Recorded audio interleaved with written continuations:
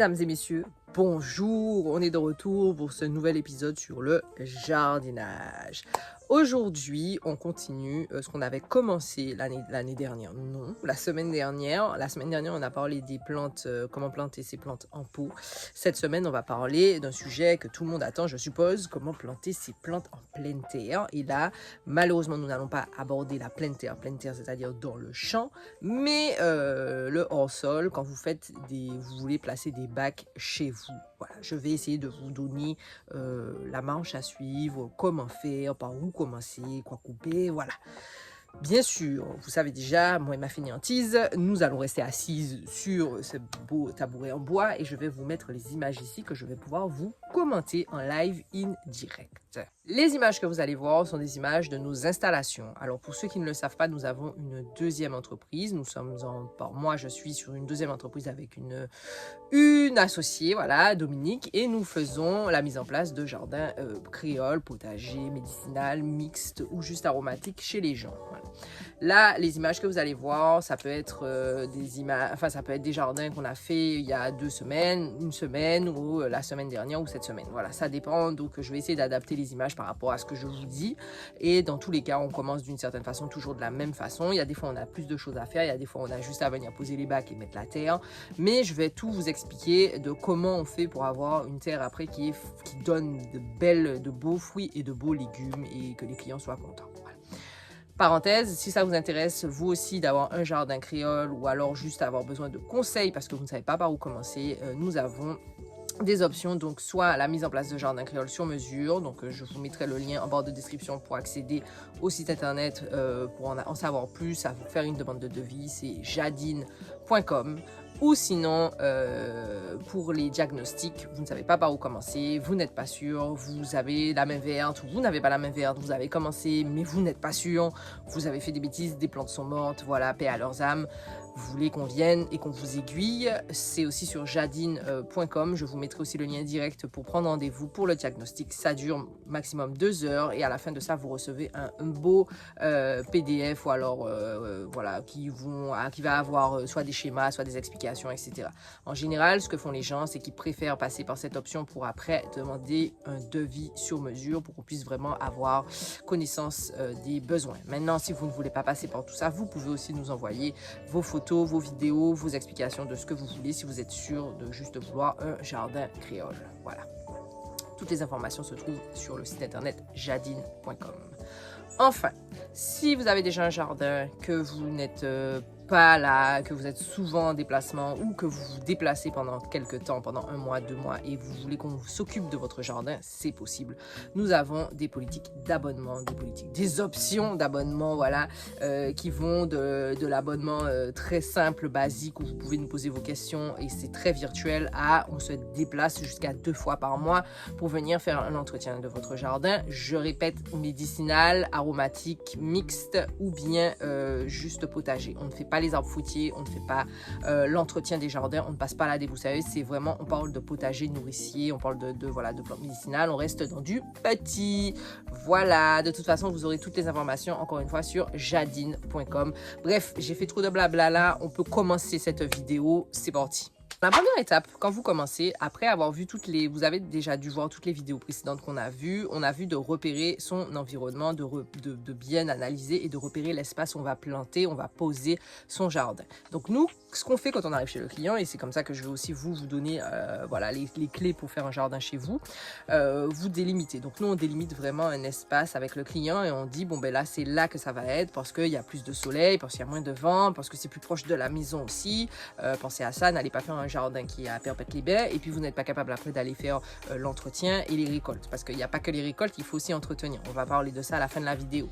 En tout cas, donc ici on a délimité, donc en général on vient, s'il faut débroussailler, il faut débroussailler, voilà, il faut préparer le terrain, donc ça passe par le débroussaillage, ça passe par enlever s'il y a des grosses roches, s'il y a des encombrants, il faut vraiment nettoyer l'espace. Ça, ce serait l'étape numéro 1, on nettoie l'espace. Une fois que l'espace est nettoyé, à ce moment-là, on vient disposer les bacs. À l'intérieur de ces bacs, vous voyez, il y a une espèce de revêtement.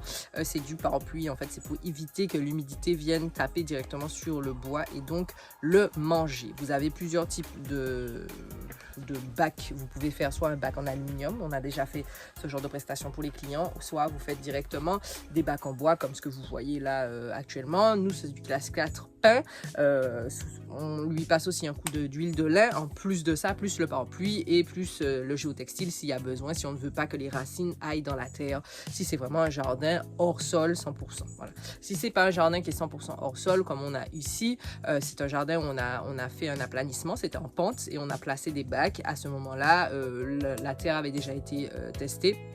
Donc on a placé les bacs comme ça. Maintenant vous allez me dire mais pourquoi vous n'avez pas planté en pleine terre? C'est parce que le client a changé d'avis au dernier moment. Donc au final on avait déjà fait les bacs, il ne voulait plus les mettre à plat. Donc on s'est dit bon ben, on va les mettre en pente, on va juste faire un aplanissement et visuellement ben, ça rendait très bien. Donc on est resté sur les bacs en bois en pente. Voilà, donc le client est très content, il est satisfait. Nous c'est notre priorité. Maintenant chacun fait comme il veut. On aurait eu cette option dès le début en pente, bien sûr nous n'aurions pas proposé de bac. Voilà, tout simplement, j'anticipe déjà vos commentaires. Voilà, bref, on continue. Non, une fois qu'on a placé les bacs comme là, vous pouvez le voir, on va venir faire un système de drainage si besoin. C'est-à-dire que si, par exemple, les bacs sont directement posés au sol, il n'y a pas de géotextile, nous n'avons pas tant besoin de faire un système de drainage si important. Par contre, si c'est coupé du sol, même avec le géotextile qui laisse passer l'humidité, on préfère quand même faire un système de drainage. Comme on l'a vu sur la vidéo précédente de la semaine dernière, le système de drainage est important parce qu'il va permettre en fait à la plante de ne pas avoir ses racines qui sont condensées, puisque là il ne faut pas oublier que si vous êtes avec du géotextile, les racines n'iront pas dans la pleine terre, donc elles vont se stopper à un moment donné, donc elles pourraient s'accumuler et presque s'étouffer, donc il faut faire attention. Donc au niveau du drainage, on utilise souvent soit des roches, soit des cailloux. On travaille aussi avec l'environnement qu'on a autour de nous, comme on a pu le voir là. Des fois, il y a souvent des petites roches qui traînent, alors on met les roches. On travaille aussi avec des troncs de bananes parce que ça prend énormément de temps à se dissoudre, pas se dissoudre, à se... Vous avez compris, à mourir, à se dissolver dans la nature. Enfin bref, j'ai le mot qui m'échappe là aujourd'hui. Mais en tout cas, on met des branches d'arbres aussi. Voilà, on fait une première couche en fait. Donc, on utilise le système de la lasagne. Donc, je pense que pour ceux qui ont déjà... fait de la permaculture, vous avez déjà entendu ce terme, le terme de lasagne. Donc on fait des cultures, on fait en fait une préparation de terre en lasagne. Donc là je vais vous expliquer quelles sont nos étapes. Donc en général, on va mettre des branchages, on va mettre, comme je vous ai dit, des troncs de banane au fond. Vous pouvez mettre aussi du carton. Après la couche de drainage, ne mettez pas forcément tout de suite au fond, à part, comme je vous ai dit, si vous êtes directement au sol. Mais si vous n'êtes pas directement au sol, n'oubliez pas quand même d'avoir cette espèce de drainage qui se fait. Donc ça peut être du carton, ça peut être du bois. On va mettre vraiment une matière organique plus carbone, enfin en tout cas du carton ou du bois. Voilà. Ensuite, par-dessus, on va rajouter s'il le faut, parce que ça dépend aussi de l'épaisseur de nos bacs. Sinon, ben, vous metteriez énormément de terre, ça vous coûterait la peau des fesses et au final, ça ne servira à rien. Il ne faut pas oublier comment se fabrique la terre. La terre ne se fabrique pas comme ça. C'est par les feuillages, c'est par les branches, etc. qui se décomposent. Voilà, j'ai trouvé le nom, qui se décompose, que la terre se forme. Donc, la terre végétale se forme comme ça. Donc, on fait la même chose dans les bacs. C'est pour aussi amener plus de vie et que cette terre reste plus longtemps riche que si vous achetez de la terre, vous mettez juste de la terre. À un moment donné, vous allez voir la différence. Vous allez devoir changer souvent et faire souvent des apports. Alors que là, en fait, la terre, elle va avoir une vie qui va vraiment se développer. Et en fait, le fait que ça se décompose au fur et à mesure, ça va vraiment redonner de l'enrichissement à votre terre et vos plantes vont être contentes et vont grossir plus facilement et plus longtemps. Vous aurez moins de changements à faire sur le long terme que si vous aviez juste mis de la terre. Voilà. Donc on revient à nos moutons. Donc là on fait le système de lasagne. Donc après avoir mis justement cette couche de branchage ou de carton, si vous avez, faites attention au type de carton que vous utilisez. On va venir mettre du verre. Donc le verre, ça peut être des branches d'arbres, ça peut être, on fait attention aussi quel type de branches d'arbres. C'est pas tous les arbres, il y a certains arbres qui envoient trop de carbone, il y en a où c'est trop d'azote, donc il faudra anticiper, il ne faudra pas planter tout de suite par exemple, il faudra vraiment laisser les choses se décomposer pour ne pas que la terre soit trop riche et tue vos plantes en fait. Donc il faudra juste faire attention. Nous on utilise de la Tumo par exemple qui est super bien. Vous avez certaines branches d'arbres qui n'ont pas forcément, qui ne sont pas trop problématiques quand on les met dans le sol. On utilise aussi du vétiver frais pour venir vraiment faire la deuxième couche de tampon, donc la couche vert. Par-dessus la couche vert, ça nous arrive de mettre de la cendre, ok, donc pour le potassium, pour apporter un équilibre dépendamment à cette terre, pour que quand ça puisse se décomposer, ça se décompose et que ça crée, comme je vous ai dit, un univers parfait pour le développement des insectes et des choses qui ont ce besoin, que la terre a besoin en fait, pour être bonne. Voilà, tout simplement. J'essaie de décomposer ça, que ça soit le plus simple possible, parce que je sais que des fois avec les grands termes, ça devient compliqué. Donc après ça, on vient mouiller. Donc n'oubliez pas de mouiller entre chaque étape. Vous pouvez soit mouiller entre chaque étape, voilà. Donc vous mouillez après le sec, vous mouillez après le vert, vous mouillez après la cendre, vous mouillez. Nous, on préfère mouiller vraiment entre 3 étapes. Donc après la cendre, on mouille et ensuite on met une première couche de terre. Donc là, on va venir mettre une toute première couche de terre. On ne remplit pas complètement le bac.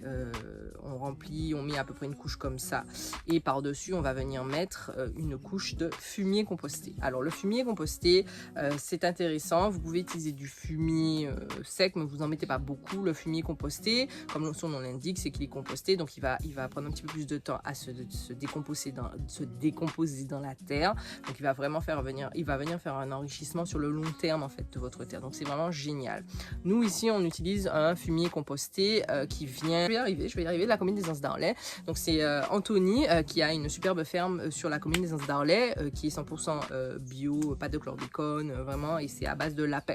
Bien sûr, il a d'autres types de fumier. Je vous mettrai son numéro de téléphone ici ou alors en barre de description si vous voulez le contacter, si vous êtes en Martinique et vous cherchez du fumier top qualité, parce que vraiment on l'a utilisé et même nous sur les jardins de ligne on l'utilise également maintenant et c'est vraiment super. Donc voilà, petite pub non rémunérée, hein, mais voilà, petit placement le produit.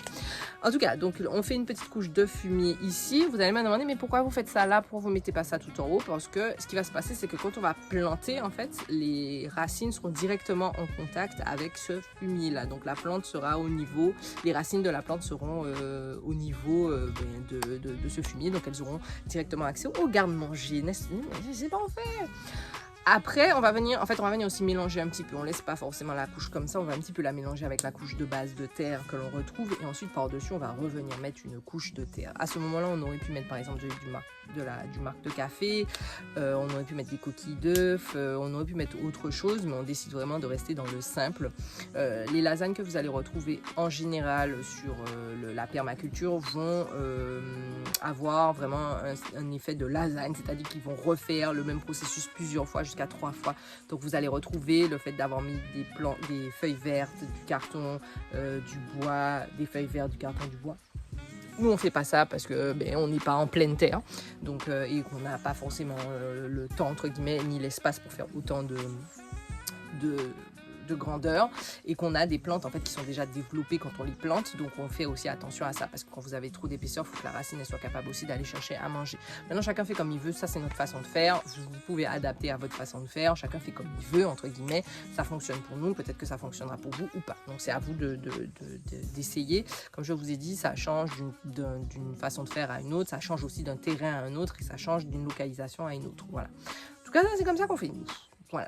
Donc une fois que tout ça est fait, on a la couche complète. Donc là voilà, on a les bacs qui sont faits, complets, avec de la terre. À ce moment-là, on vient placer nos plantes. Donc on vient placer nos plantes de façon à respecter les associations. Ne vous inquiétez pas, je ferai une vidéo sur les associations, de comment on place nos plantes, quel respect on utilise, l'espace, etc. On met des tomates par-ci, des tomates par-là, des laitues ici, des laitues par-là. Il y a toute une analyse derrière ça. On ne place pas au pif. C'est vraiment des associations pour que les plantes soient le mieux possible et moins d'attaques possible. Voilà. et qu'elles grandissent le mieux aussi, parce qu'il faut savoir que c'est un espace qui est quand même un peu plus réduit. Il y a des fois où on peut les serrer, il y a d'autres fois il faut leur laisser de l'espace pour qu'ils puissent se développer, et certaines vont donner de l'ombre à d'autres. On a vu le plan de plantation, etc. On verra, comme je vous ai dit, on verra vraiment les associations dans une autre vidéo, ne vous inquiétez pas. En tout cas, donc là on a planté nos plantes, donc maintenant on va venir arroser. Donc il faut bien arroser, parce que ce sont des plantes qui ont été transférées il n'y a pas longtemps, donc c'est un choc parce qu'elles changent complètement d'environnement. Des fois elles changent complètement aussi de lieu, entre guillemets de placement géographique. Elles sortent du nord, elles arrivent dans le sud, c'est pas la même température, c'est pas les mêmes, elles sont un peu perdues. J'anticipe aussi les questions sur la terre. Notre terre, on la prend à Balata, donc c'est sur un terrain chlordéconé, voilà, qui est une terre très riche. Il y a beaucoup de vers de terre. C'est une terre végétale, de forêt, donc elle est très très riche. Donc c'est pour ça qu'on ne met pas non plus beaucoup de choses dedans, parce que ça ne sert à rien si c'est déjà riche. On ne va pas enrichir quelque chose qui est déjà riche en fait. Le trou, c'est comme le pasacé, il faut faire attention. Maintenant, si on plante par exemple des romarins, des lavandes, des choses comme ça, on va essayer de prendre une terre qui est un petit peu différente, parce que sinon cette terre-là sera trop riche. Donc on va mettre plus de cailloux, on va mettre plus de roches, on va mettre plus de calcaire, plus de coquilles d'œufs, pour que vraiment la plante soit dans son élément et pas qu'elle soit dans un élément trop riche qui ne lui convienne pas.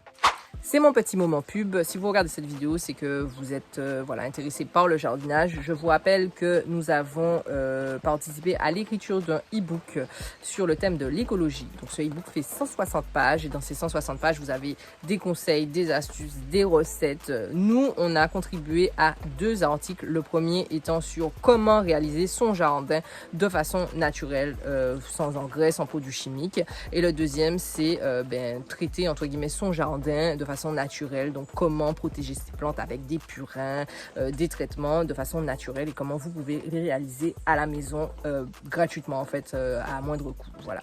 Le e-book est sur une offre exceptionnelle en fait, ça se termine le 9 octobre, donc bientôt, voilà, c'est la fin de la semaine si je dis pas de bêtises, donc ne tardez pas trop. Je vous mets le lien en barre de description si vous voulez aller l'acheter. Il est au prix de 9,90 pour 160 pages, et il y a plus de 20 créateurs et créatrices de contenu qui y ont participé. Donc vous allez retrouver des recettes véganes, vous allez retrouver comment faire de la lessive, vous allez retrouver plein de petites astuces qui moi-même m'ont super intéressée, pour faire des cookies ou du yaourt, enfin bref, ça va de tout, nettoyer son électroménager, récupérer ses vêtements. Vraiment, vous avez 160 pages les gars, donc vous avez de quoi faire. Et en plus de ça, il y a une grande partie qui est dédiée au jardinage, donc il n'y a pas que moi, il y a vraiment des personnes qui parlent aussi de la permaculture, des plantes médicinales, etc., etc. Donc c'est vraiment un super e-book à avoir. Et comme je vous ai dit, vous n'avez que jusqu'au 9. Après le 9, ce e-book disparaît, malheureusement. Voilà. Donc, c'est important d'utiliser le lien qui est dans la bio pour y accéder. Et puis, n'hésitez pas à me laisser un petit commentaire si vous l'avez lu et qu'est-ce que vous en avez pensé. On essaye toujours d'avoir des potagères, des aromates et aussi des mellifères. Donc, des fleurs, des plantes médicinales qui font des fleurs également, pour avoir beaucoup de pollinisateurs, pour que la pollinisation se fasse naturellement et pas manuellement. Maintenant, si on n'en a pas assez, parce que des fois c'est le seul jardin dans tout le quartier, à ce moment là le client aura besoin de le faire manuellement, mais on essaye vraiment d'avoir que ça attire en fait papillons, abeilles, bourdons, etc., que ça redevienne un espace de vie. Ce qui est très important, on aura aussi le temps d'en parler dans une vidéo. Pour ce qui est de l'entretien, alors il faut savoir que nous, on propose un entretien gratuit d'1 mois, donc un suivi, on vient, on se déplace, on change quand les plantes n'ont pas survécu, ça fait partie de notre garantie en fait. On explique aussi au client, on fait aussi avec le client s'il est là, on lui explique comment aérer, comment prendre soin des plantes. Donc il faut savoir que quand vous faites un jardin, il ne faut pas penser que vous n'allez pas vous en occuper, que vous avez fait le jardin et puis que voilà, vous laissez ça comme ça et puis vous attendez que ça vous donne des tomates. Non, ça fonctionne pas comme ça. C'est un peu comme quand vous avez un enfant, vous ne laissez pas le bébé là jusqu'à ses 3 ans en attendant que il va se débrouiller, je lui ai donné 2 biberons à côté de lui et puis j'ai fini avec ça. Non, faut vraiment l'accompagner, faut aller, faut lui donner à manger. C'est pareil pour le jardin, même si la terre elle est riche comme on l'a vu, et même si on a mis beaucoup de choses en place pour ne pas avoir à faire des apports en nourriture, par contre il va falloir l'entretenir. Donc ce qui se passe, c'est qu'en général la majorité des gens oublient de faire ça. Il va falloir que vous bigner ou alors que vous aériez. Moi je préfère le terme aérer parce que bigner ça fait un peu agressif, mais aérer, vous pouvez juste prendre une fourchette en fait et vous allez venir le passer autour des plants pour vraiment redonner en fait la légèreté au sol. Ce qui se passe, c'est que quand vous arrosez et quand il pleut aussi, la pluie vient tasser le sol. Alors, quelque chose que vous pouvez faire et que c'est une étape qui peut être intéressante. Là, en ce moment, il pleut beaucoup. Si vous êtes dans une région où il pleut beaucoup, il y a beaucoup d'humidité, c'est très, voilà, c'est souvent humide, ça ne sert à rien de pailler parce que sinon, ça va être même contre-productif, ça peut faire pourrir la plante. Par contre, quand on arrive en période comme on a eu un petit peu avant, début de période des pluies où il faisait très sec, il faisait très chaud, il y avait du vent, donc ce qui faisait que ça desséchait très rapidement les premières couches, à ce moment-là, vous pouvez pailler. Voilà. Nous maintenant on paille dès qu'on peut. Si on le paille avec des feuilles, on paille avec des branches découpées de vétiver. Vous paillez avec ce que vous avez. Je ne vous conseille pas forcément d'acheter le paillis que vous trouvez dans les magasins de bricolage et de jardinage qui est souvent traité. Il faut juste faire attention. Vous avez du paillis tout autour de vous. Voilà. Les feuilles séchées que vous avez dans votre jardin, vous pouvez les réutiliser. La tonte que vous avez dans votre jardin, vous pouvez la réutiliser. Vous la laissez sécher et vous la réutilisez pour faire un paillis pour permettre aux plantes, surtout si vous êtes au soleil et chaleur. Par exemple, nous, on a eu des installations au Robert, à Sainte-Marie et aux Trois-Îlets. Donc là, c'est sûr que vaut mieux pailler si vous voulez que ça soit protégé en fait. Voilà. Donc à ce moment-là, le paillis, ce qu'il va faire, on en a fait une vidéo, je crois, dessus sur le sujet, c'est qu'il va permettre de ralentir en fait l'érosion entre guillemets du sol. Donc cette espèce de tapage que vous avez quand vous observez votre jardin, le fait que ça fasse vraiment quelque chose de très compact, ça va ralentir ça et ça va garder l'humidité et ça va aussi donner de la nourriture petit à petit, du humus en se décomposant. Donc c'est tout bénef de pailler. Donc si vous avez l'option, pailler. Voilà. Maintenant dans l'entretien, comme je vous ai dit, si vous n'avez pas paillé ou même si vous avez paillé et que voilà, vous sentez que la plante a besoin d'être un petit peu qu'elle grossit, vous pouvez prendre une fourchette et aérer votre plante pour donner un petit peu plus de légèreté à la terre autour de son pied, pour lui ramener aussi un petit peu de terre parce que des fois la plante elle pousse et puis on commence à avoir ses racines, c'est pas bon non plus. Donc on aère pour amener un petit peu de terre et vous pouvez toujours faire des apports de terre si vous voyez que ça descend. Parce que ce qui va se passer, c'est que ça va descendre. Et bien oui, ça descend puisque la terre, ça ne reste pas éternellement au même niveau. Ça descend parce qu'il y a de la vie et les plantes se nourrissent. Donc, ça va descendre. Je m'arrête là parce que je pense que voilà, vous avez déjà une bonne vidéo bien longue là actuellement. Retenez juste que ça ne sert à rien de remplir vos bacs que de terre. Parce que vous allez passer, déjà vous allez dépenser énormément d'énergie, énormément d'argent et au final vous allez devoir recommencer. Donc, vous allez faire plusieurs fois des apports en fait parce qu'au bout d'un moment votre terre va devenir pauvre. Donc pensez au système de lasagne, pensez au fait que ce système va se décomposer, donc va enrichir votre terre au fur et à mesure. Pensez surtout à ça s'il vous plaît quand vous faites vos préparations en bac. Que ça soit hors sol ou dans le sol, si vous faites des lasagnes, vous avez aussi des styles de mottes en fait, de buttes qui sont pas forcément esthétiquement magnifiques, mais qui font très bien le travail où les gens plantent dessus. Donc c'est le même principe, ils mettent une fine couche de terre par-dessus et ils plantent et au fur et à mesure, ça va se décomposer, ça va descendre un petit peu et la plante va se développer. Voilà. Comme je vous ai dit, chacun a sa technique, c'est à vous de voir s'il fonctionne pour vous. Écoutez, je pense qu'on a fait le tour. Hein. Comme je vous le répète, si vous avez besoin d'aide, jadine.com, je vous remis voilà, ici. Sinon, c'est en barre de description. Et puis, comme d'habitude, un petit pouce, un petit partage, un petit commentaire. Laissez-moi savoir si vous avez commencé. Est-ce que vous êtes en pleine terre, vous êtes en bac hors sol ou dans le sol, ou alors vous êtes préféré être en pot, comment vous plantez. Voilà. Laissez-moi savoir si vous voulez en savoir plus sur un point qu'on a abordé ou pas. Voilà. Et puis, on se retrouve déjà mardi prochain pour une nouvelle vidéo sur le thème des semences semis. Voilà, à mardi prochain pour la vidéo jardinage.